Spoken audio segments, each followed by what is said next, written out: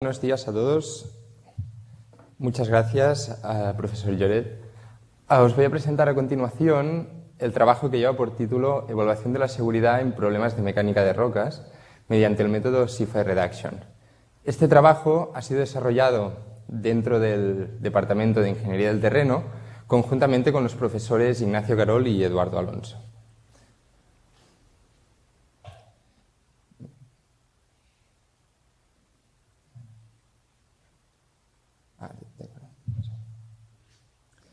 Primeramente, una breve introducción donde se presentará el tema y la motivación. A continuación, se presenta un estudio que se realizó en el mismo departamento en los años 90 y, finalmente, os hablaré del estudio que se está llevando a cabo en la actualidad. Primero, la motivación de dicho estudio, seguido de los modelos de cálculo y el CIFAR Reduction y finalmente unos comentarios a nivel de conclusión. Como todos ya sabéis, los macizos rocosos, ya sea por diferentes factores, como pueden ser los estados tensionales a nivel tectónico o la erosión, se pueden encontrar fracturados. La orientación, la rugosidad o la persistencia son parámetros que definen estas discontinuidades geológicas. Dichas discontinuidades influyen de manera muy relevante en el comportamiento de los macizos, ya sea a nivel de estabilidad, deformabilidad o flujo. En la fotografía de la derecha se puede observar cómo en este talud de carretera los planos de discontinuidad orientados según distintas familias han generado una rotura en cuña afectando a la vía en cuestión. En cuanto a los métodos de análisis, típicamente se han utilizado los métodos basados en la teoría del equilibrio límite, en los que se tiene en cuenta únicamente el instante de rotura. Por otro lado, la aparición de los métodos numéricos ha permitido la cuantificación de todo el camino en términos de tensión de formación. Para la evaluación de la seguridad, que es lo que todo el mundo utiliza mediante el factor de seguridad, un método que se propuso aquí en la escuela fue, a partir de un análisis numérico, ir identificando a priori los distintos mecanismos de rotura y, mediante el estado tensional que se había obtenido del cálculo, ir formulando, a partir de la formulación, ir calculando el factor de seguridad para cada uno de los mecanismos. Por otro lado, existen otros métodos, como el CIFAR Reduction, en que, a medida que va avanzando el cálculo, la rotura va progresando y el mecanismo más desfavorable se aparece automáticamente. Así pues, como objetivo del trabajo, se va a formular e implementar un procedimiento, en este caso el CIFAR Reduction, integrado en el código de elementos finitos para poder evaluar el factor de seguridad en caso de geometrías muy complejas de forma automática, para evitar ir definiendo cada uno de los mecanismos y yendo calculando el factor de seguridad para cada uno de ellos. Ahora os presento el estudio que se llevó a cabo en ese departamento, que llevaba por título Análisis de estabilidad de la presa de Canellas. Ese análisis se gestó fruto de un acuerdo de colaboración entre el departamento y la empresa propietaria de la presa, Endesa, Ener en el tiempo. La presa de Canellas está situada en el Prepirineo catalán y, como podéis apreciar en la fotografía, se construyó justo al final del valle, lo que desde el inicio ya suscitó cuestiones acerca de su estabilidad. Se trata de una presa de doble bóveda que finalizó su construcción a finales de los años 50, su altura es de aproximadamente 140 metros y su longitud en coronación de unos 215.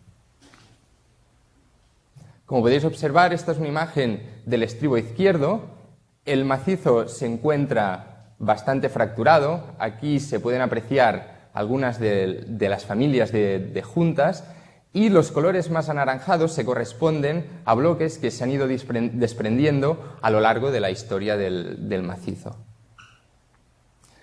Las discontinuidades que se pueden apreciar más fácilmente a simple vista son los planos de estratificación, que tienen un buzamiento de 45 grados hacia aguas arriba. La orientación de estos planos es perpendicular al valle. En esta otra fotografía se pueden observar los planos de lo que se ha llamado la familia principal de juntas. Se trata de planos verticales orientados en dirección paralela al valle. También existen 4 galerías de anclaje que se construyeron coetáneamente con la presa. Estos elementos actúan como refuerzo pasivo y están fuertemente armadas y tienen un diámetro de 4 metros. Previamente al análisis de estabilidad, se llevaron a cabo ensayos in situ. En este caso fueron muy valiosos porque fueron a gran escala. También se realizaron modelos de escala reducida y análisis con bloques. Los análisis numéricos llevados a cabo en el departamento fueron primero bidimensionales y posteriormente en 3 dimensiones, culminando en un análisis no lineal, la no linealidad del cual estaban los elementos junta elastoplásticos. La discretización incluía 12 planos verticales, 5 planos de estratificación y una familia adicional de 4 planos para que se pudieran generar bloques cinemáticamente admisibles. Se definió para la ocasión una ley constitutiva de junta formulada en términos de una tensión normal al plano de junta y 2 tensiones tangenciales y un desplazamiento relativo normal y 2 tangenciales con una superficie de fluencia hiperbólica. Con las simplificaciones de elasticidad lineal en la dirección normal y plasticidad perfecta en corte, permitía la integración explícita de dicha ley. La única incógnita de la integración, así pues, es la relación θ que hay entre τ1 y τ2, que se puede obtener integrando la ecuación diferencial que aparece. No entraré muy en detalle en esto. Se definieron 2 factores de seguridad. El primero, que tenía un concepto de carácter más estructural, que era el multiplicador de la carga de servicio. En este caso, la carga hidrostática fruto del llenado de la presa. Se definió otro factor de seguridad más relacionado con el campo de la geotecnia, que era el factor que reducía las propiedades resistentes de los planos de discontinuidad. Se evaluó el factor de seguridad tanto de mecanismos de rotura globales, que incluían la presa y los 2 estribos, como de mecanismos de rotura locales en cada uno de los estribos. Y se llegó a la conclusión que los factores de seguridad más bajos se encontraban en el estribo izquierdo para rotura local, pero en ningún caso eran inferiores a 2. A continuación se presenta el estudio que se está realizando en la actualidad, que nació fruto de que la empresa propietaria, debido a la caída de algunos bloques recientemente, en la base del estribo izquierdo, empezó con el diseño de un nuevo muro de refuerzo en este estribo. Esto concuerda con los resultados del estudio precedente que se han mostrado en la transparencia anterior. Así pues, la empresa propietaria se preguntó cuánto podía aumentar la seguridad con la construcción de este muro. El objetivo inicial era generar un modelo geométrico tridimensional que incluyera las discontinuidades tal y como estaban en el macizo. Es por eso que se le encargó una campaña de reconocimiento con la técnica de láser escáner y se descubrió una familia que no se había tenido en cuenta en el estudio anterior, que es la que aparece así como de color azul. Las dos fotografías no tienen exactamente la misma perspectiva, pero corresponden a la misma zona.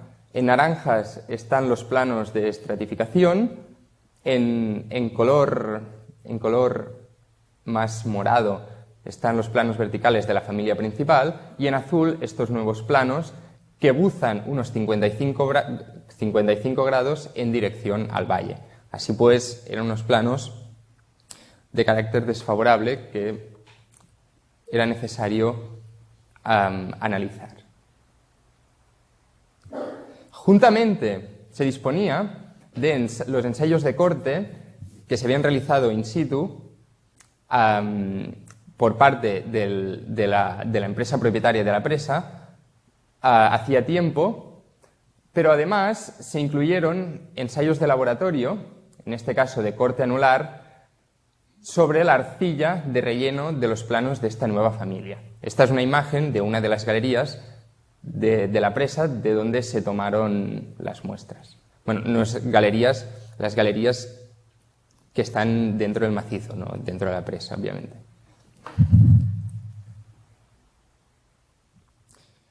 Con esa información y partiendo de la discretización del estudio anterior, se generó un nuevo modelo geométrico que incluía la topografía, los planos de estratificación y los planos verticales de la antigua discretización. Se introdujo la nueva familia a partir de los datos de campo de láser escáner y se incluyeron el nuevo muro de refuerzo en el estribo izquierdo y las 4 galerías de anclaje.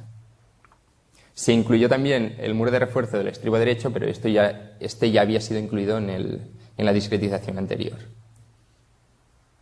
Este modelo geométrico tridimensional nos dio la posibilidad de considerar nuevos aspectos a nivel geométrico. Por un lado, las relaciones que había entre la orientación y el buceamiento de estos nuevos planos y las llaves de anclaje. Y también para definir mecanismos de rotura tridimensionales, es decir, tanto formados por la intersección de planos de distintas familias, como, en este caso, de rotura plana respecto a los planos de esta nueva familia. Como primer paso, para obtener una estimación del factor de seguridad, se utilizó la teoría de bloques basada en los métodos de equilibrio límite. Por un lado, se hizo el equilibrio tridimensional de un bloque de roca y se añadió el efecto estabilizador del muro. Con esto se pudo evaluar el incremento de factor de seguridad generado por los diferentes elementos de estabilización, las galerías de anclaje y el nuevo muro proyectado respecto a una situación únicamente que era el bloque de roca sin ninguna estabilización. Es decir, esto se trata de incrementos de factor de seguridad respecto al caso sin estabilizar. Siguiendo más adelante, para intentar automatizar cómo encontrar o cómo evaluar el factor de seguridad en macizos rocosos fracturados, se estudió el método del CIFI Reduction, que consiste en ir reduciendo progresivamente los parámetros resistentes del material hasta que la rotura aparece automáticamente. Si se combina con el método de los elementos finitos, en este caso, cerca de la rotura, el método deja de converger. La primera referencia existente es de Sienkiewicz en el año 1975, pero empezó a usarse de manera más general en problemas de mecánica de suelos más adelante. En el contexto de esta presentación, este método se va a aplicar o se va a formular reduciendo los parámetros resistentes de la ley constitutiva de junta que se ha presentado anteriormente. En este caso, se ha formulado de manera sencilla, modificando la ley constitutiva, introduciendo un tiempo ficticio. Así pues, en la ecuación diferencial que teníamos anteriormente, no solo variará ahora el estado tensional, sino también variará el valor de la tangente de phi, que es el parámetro resistente considerado. En este caso, también se puede obtener la integración analítica o explícita de la ley. El primer ejemplo que se presenta es el caso de una rotura plana en un talud sintético en el que existen 4 juntas, 2 verticales y 2 juntas buzando a 45 grados. En la figura de la derecha se han representado distintos posibles mecanismos de rotura que a priori, con las herramientas más clásicas, no podemos decidir cuál de ellos será el más desfavorable. A continuación, os muestro una animación en la que van progresando los incrementos de reducción de los parámetros resistentes y cuando el estado tensional en las juntas llega a la superficie de fluencia, dichos puntos de la junta empiezan a plastificar y empieza a deslizar. En este caso, el mecanismo de rotura más desfavorable sería el que se había marcado en color rojo. Este caso se trata de una sección 2D de la presa de Canellas, en el que se ha incluido en 2 dimensiones el muro de refuerzo nuevo que se había diseñado y se ha introducido una junta de la nueva familia. En este caso, las juntas de contacto entre la roca y el hormigón no se van a reducir con el método, mientras que la junta que define el bloque de roca sí. Esta animación muestra cómo el bloque va deslizando y cómo va actuando el refuerzo.